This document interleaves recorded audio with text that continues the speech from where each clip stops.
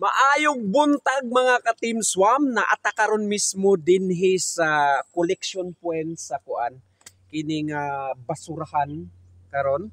Kung nakita ninyo daghan kayo kining mga basura dinhi dapita sa ako ang likod kay dati ang kining kuan ang kining lugar gyud mismo diri sa Kibantaw is problema na gyud ni siya sa mga basura nga ipanglabay diri, bisag asa lang ipanglabay, ihuwad lang yun diri mismo. So wala pa to'y collection point diri dapita. So karon nga gibutangan na og collection point, grabe na noon ang kining mga basura nga ipanglabay. Ang nakalisod pa gyud niini mga ka-Team Swam no kay nagkalain-lain ang mga lugar nga naglabay niini.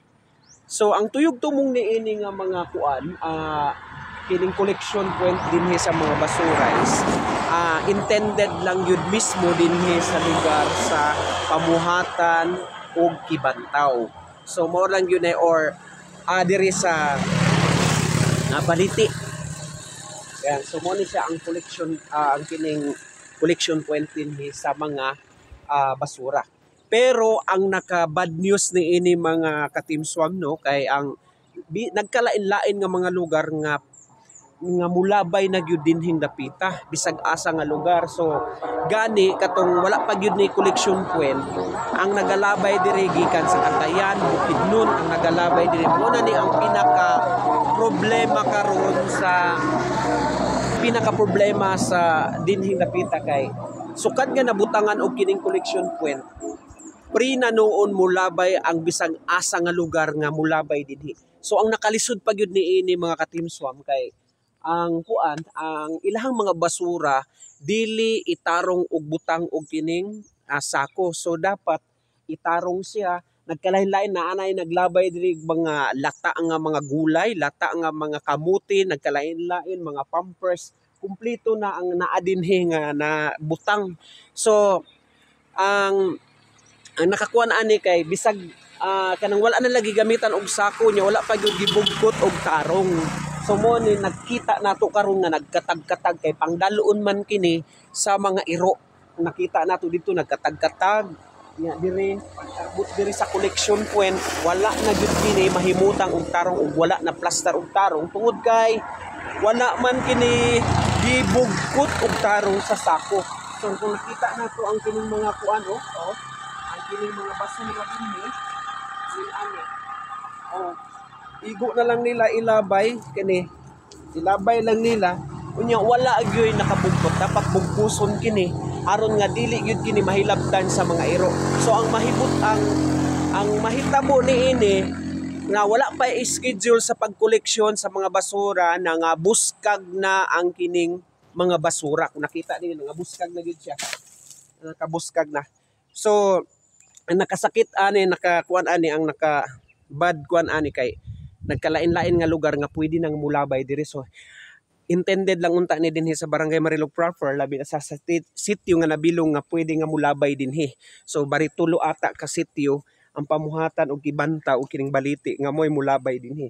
So ang karon nahitabo nagkalain-lain ang mga lugar nga bisag asa nga mga lata nya dili pa gyud tarungon og bugkot mo to nga hinungdan sa pagkatag sa basura pangdaloon sa mga iro. So dugay na gid kay nato ni nga problema diri gibutangan na gani kani og kining unsa ni kining collection point sa ato ang punong barangay o sa ato ang barangay council labi na ang in charge niini nga si Honorable Norma Inangoy gibutangan na gyud sa collection point kay para makuan kining proper gyud ang pagkoleksyon sa mga basura every Saturday. So ang pahimangno sa imbihap sa ato ang punong barangay nga ug unsa gyud tong nakasabutan nga bago maglabay basura ilahi ang kining malata, ilahi ang kining dili malata, ilahi ang makinabangan pa. So karon dapat ingunanaon ang buhaton unta. So ang nahitabo wala gyud kini nasunod. That's why nga ang kining basura nato karon diri nagkatag-katag gyud kini unya wala gyud ipangbukod. So dugay na kay nato nga problema dinhi kay ang ato ang mismong tiglabay dili gyud kabalo mo ni problema ni punong barangay kay dili kabalo mosunod unsay palisi sa paglabay sa basura. So mo ni So daghan kay tag mga concerned citizen no nga magreklamo niini kay tungod kay ang dating nga kuan karon tan-awa lahi na kay porma tungod kay ang kining masangsang na amoy malanghap kini sa muagi dinhi tungod lang pod sa mga tao. So ang gusto nga mahitabo sa ato ang punong barangay nga kung manglabay mo og basura ibugkot ninyo og tarong para di gyud mahibal-a mabuskag sa mga iro ug dalon-dalon bisag asa unya isegregate ang tama nga basura dili malata ug malata o katong makinabangan pa isegregate gyud ninyo i-plasta ninyo og tarong dinhi aron nga pag-collect niini diretso-diretso na pagkuha sa ato ang kolekta sa ato ang tigkuha og basura ug dili mahitabo ngayon ani nga ikatag-katag sa mga iro. Muna. So muna ginaingon nga ug unsa ang inyuhang gibuhat sa inyuhang lugar o sa paglabay sa basura nga dili tama ang pagsegregate ug balik gihapon na sa inyuha ug malanghap gihapon na ninyo ug mangagi mo dinhi tungod kay dili man ninyo itarong ug unsay mandatory nga pagplastar sa basura.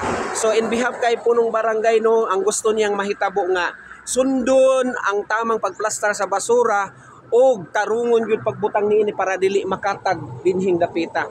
So magtinabangay na lang ta kay kini nga kuan dugay na kay nga problema.